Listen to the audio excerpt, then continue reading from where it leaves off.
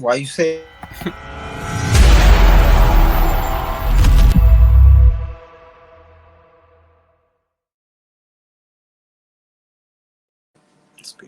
What's up, everybody? This is SOS Rampages back at you with the series, watch along series. I don't know what we necessarily call this.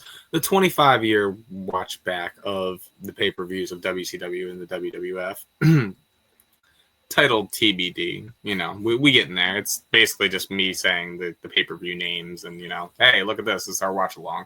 But we'll get a title together and all that good stuff for the name of the series. Right in the comment section and stuff like that. If you want to, let us know, names and stuff like that you'd like to do. While I fumble all over the place, I'm going to just throw it on over to him so I can stop fumbling the football.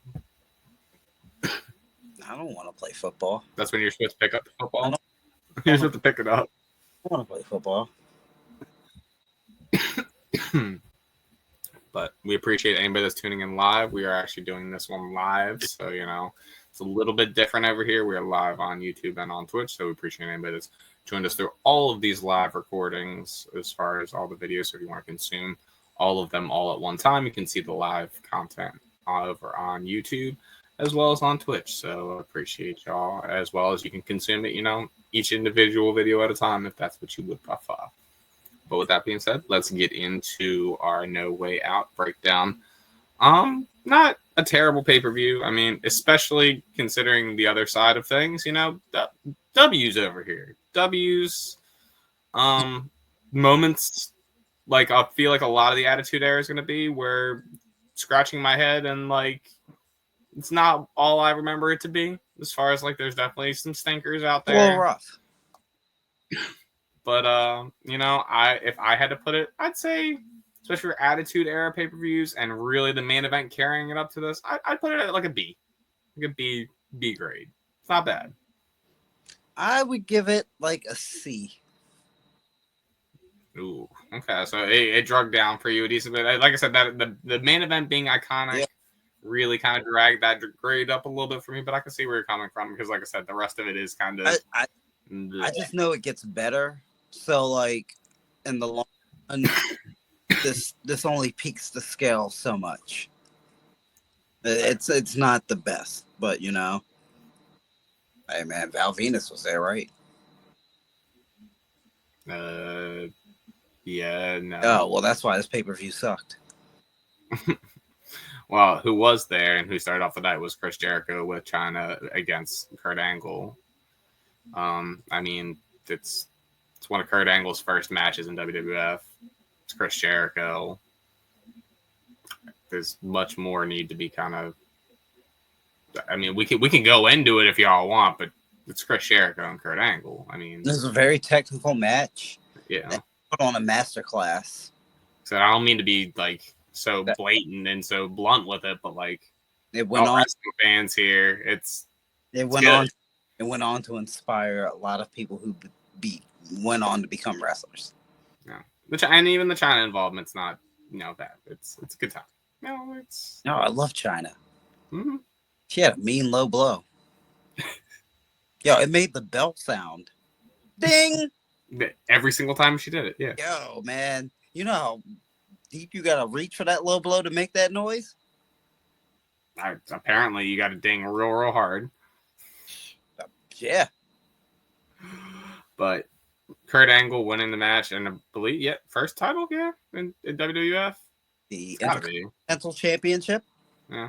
Yeah, and then he would go on to get the European champion, the Inter-Euro Continental Champion. Yes. Arguably one of the best to do that. But, I mean, he also had D'Lo, so, it's hard to beat, too.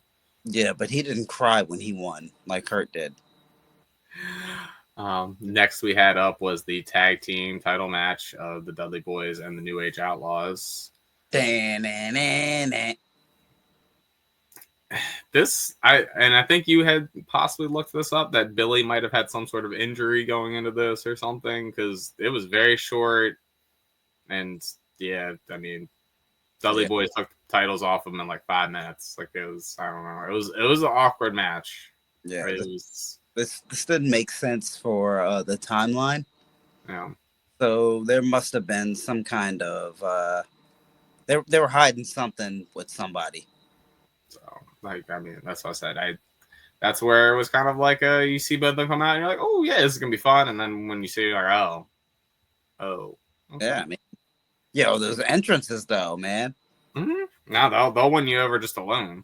Yeah, man, that match was 90% entrance.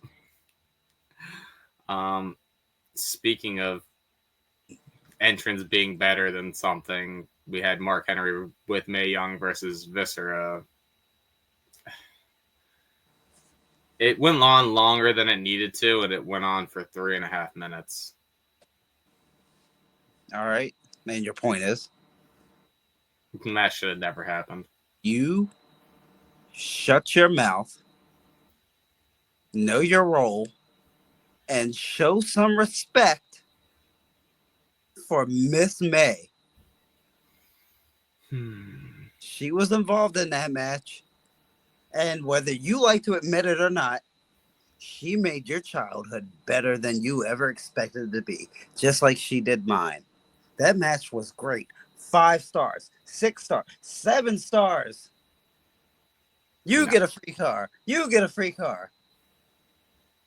I can't say enough great things about Mae Young. I hate the Royal Rumble 2000. I did not need to see that old woman's titties. But other than that, nothing bad to say about her. She's great. I love Mae Young. That match was great. You shut your mouth. Shut my mouth. Moving on to Edge and Christian versus the Hardy Boys for a number 1 contenders match. This felt like it should. God, the only match that could follow up a Mae Young segment. I mean, it was a good worked match. It was what you would expect out of the Hardys and Edge and Christian. So, yay.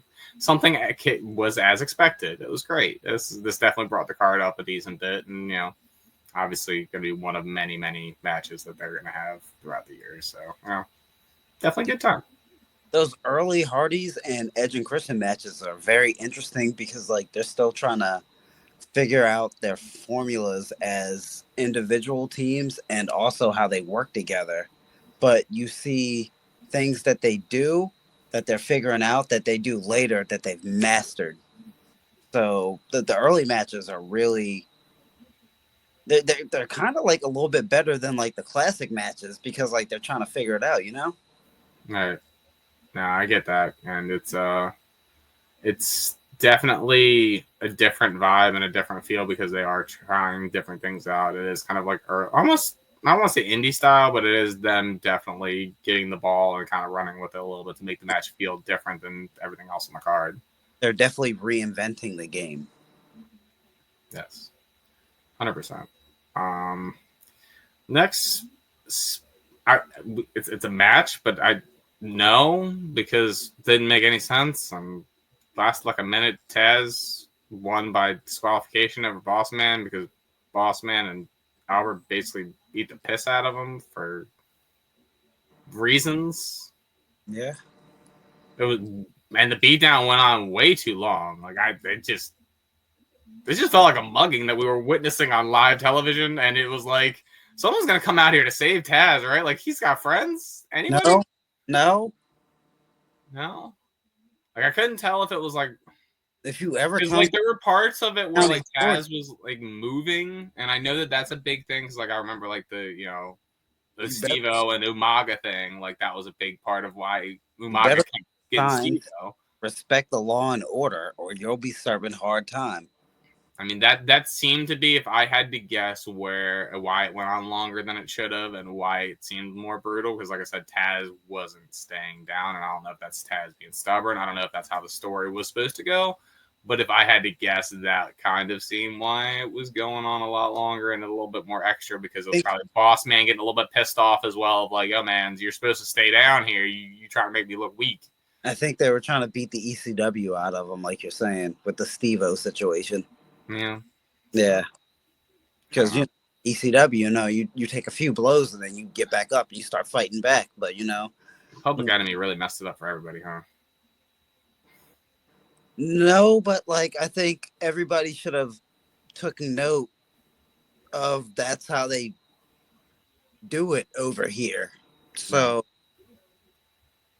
also, if they send you out there and like that was also a 2-on that was a 2-on-1 match, right? No, I think it was 2-on-2. Who was his partner? Who you talking about? Taz. No, this was just a 1-on-1. This was just Taz and Boss Man. Okay, then he got jumped by Boss Man and Bull Buchanan. No, he got jumped by Albert. Oh, Boss Man and Albert. Okay, yeah. So, I mean, yeah, those are just two big tough guys on the roster that are gonna go out there and teach you a lesson. Not like Kai and I. Speaking of lessons being taught, we're going to go into kind of the next match and I don't know what Glenn Jacobs did backstage, but someone decided that they needed to put him in his place with this whole storyline with X-Pac of X-Pac defeating Kane in like 8 minutes. I mean, this whole it got X-Pac over, which is great, but like the monster was dead at this point. It's like when they did this to Abyss and TNA. Like he kind of masked them, and he never really got it back until he unmasked. He was kind of the same. No one was scared of him anymore until he unmasked again. He went through stages where like he got scary again, but like not that scary though. Like he lost 5% every time, but like they were never afraid to destruct the character in the favor of somebody else to bring him back like it never happened. Right. Unfortunately for him, because like he could have been greater than the Undertaker, you know? Yeah, and it's the same way in that aspect of it. It's funny you brought that up of like it almost feels like the things that Taker wouldn't do or Taker would say no to, and kind of almost went down the ladder to Kane, because there's definitely a lot of storylines that he took that I know Undertaker would have been like simple head shaking. I don't even think he would say a word, just no. I mean, yeah, man, you went from a dentist to a parody of someone else to finally getting a character that everybody loves. Yeah, you're just gonna do whatever to see TV. Yeah, it's finally clicking after I've been here for like 8 years. Yeah, no. What do you need me to do? Gotcha. Keep writing this. And then next, since we are on a roll of keeping people in their places from other companies and different things, we had Too Cool, the trio of Rikishi and Too Cool beating the Radicals, Benoit, Dean, and Perry Saturn, which why? For why?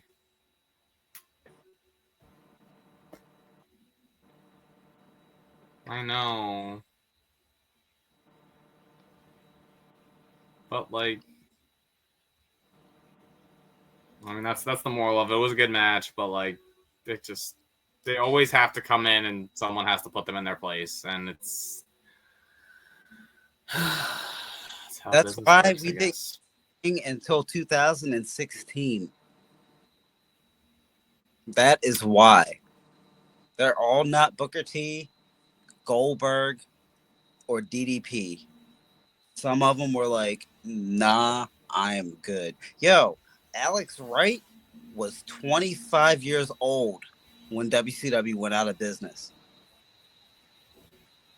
He was 25. There's no reason that Homeboy shouldn't have been like given a shot. I think like they offered him a contract, but it was like they kind of lowballed him, and like he was just like, I'm good, and he went back to Germany. But like the fact that he retired at like 25 is crazy. Yeah, speaking of people that are also brought in from WCW and made to look like an absolute joke, especially, and kind of like he's a funny one because he got brought in so hot, and this has been his entire career, Big Show. Brought in so hot, go down, and then brought up again, and then go down, and then brought up again. Like, man's showed video footage of The Rock touching the ground at the Royal Rumble. Yeah. That he should have won. Everybody's just like, yeah, and It doesn't matter, Jabroni. If Yeah, you and smell. what about it, bruh? Yeah, that was the end of that story. Yeah, and not just that, the end of the story, because, you know, two spoiler alerts. I mean, obviously we're going over what's happening here. You know, Big Show wins, gets his title shot, as he should have. On top of this, spoiler alert, as everybody knows, Rock still gets in the match. So why make Big Show look stupid if Rock is still going to be put in the match? Because he came from WCW and we can sacrifice him to make one of our WWF superstars look much bigger than life. If you smell.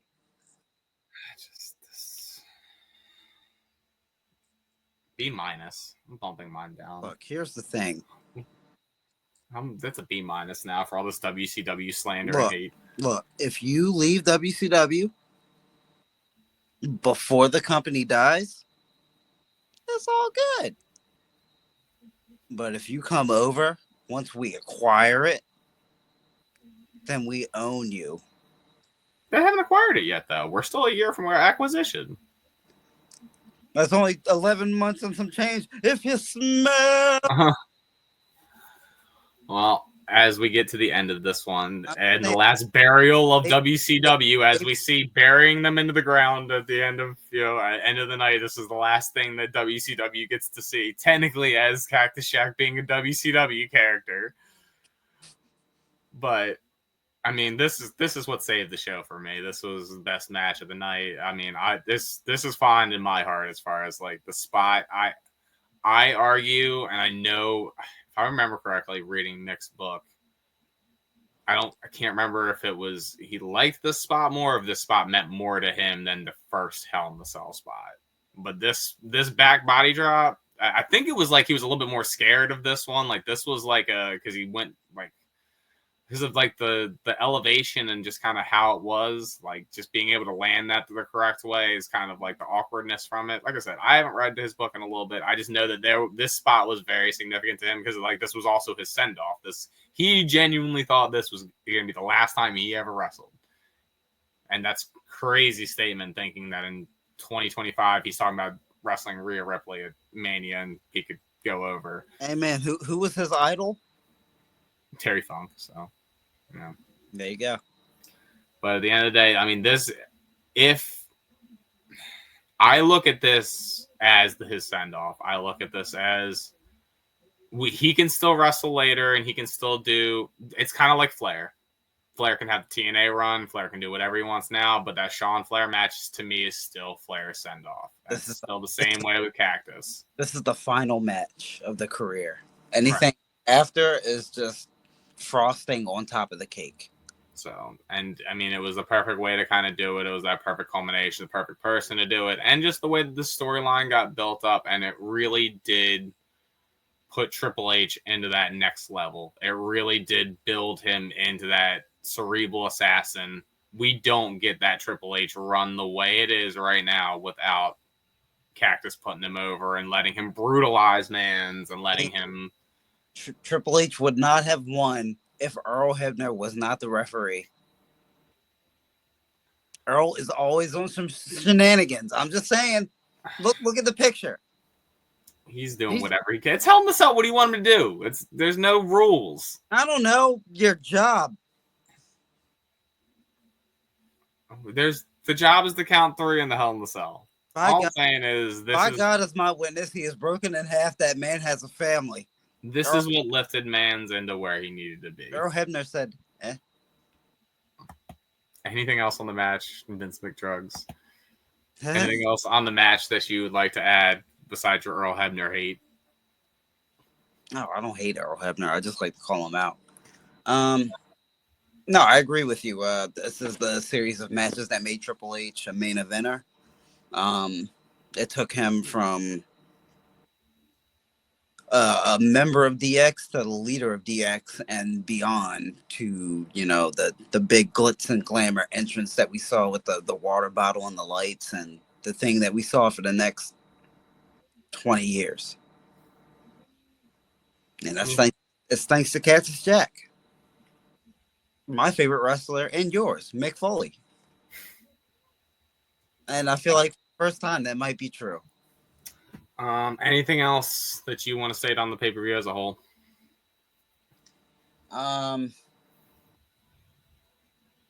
It was cool. Could have been better. I don't remember any Terry Runnels on this, but you know, it was always next month. She came out with the Hardys. This is when she turned on them. Yes. Why didn't we mention that then? Because you did. You're the Terry Runnels expert over here, all right? Apparently not enough. Okay.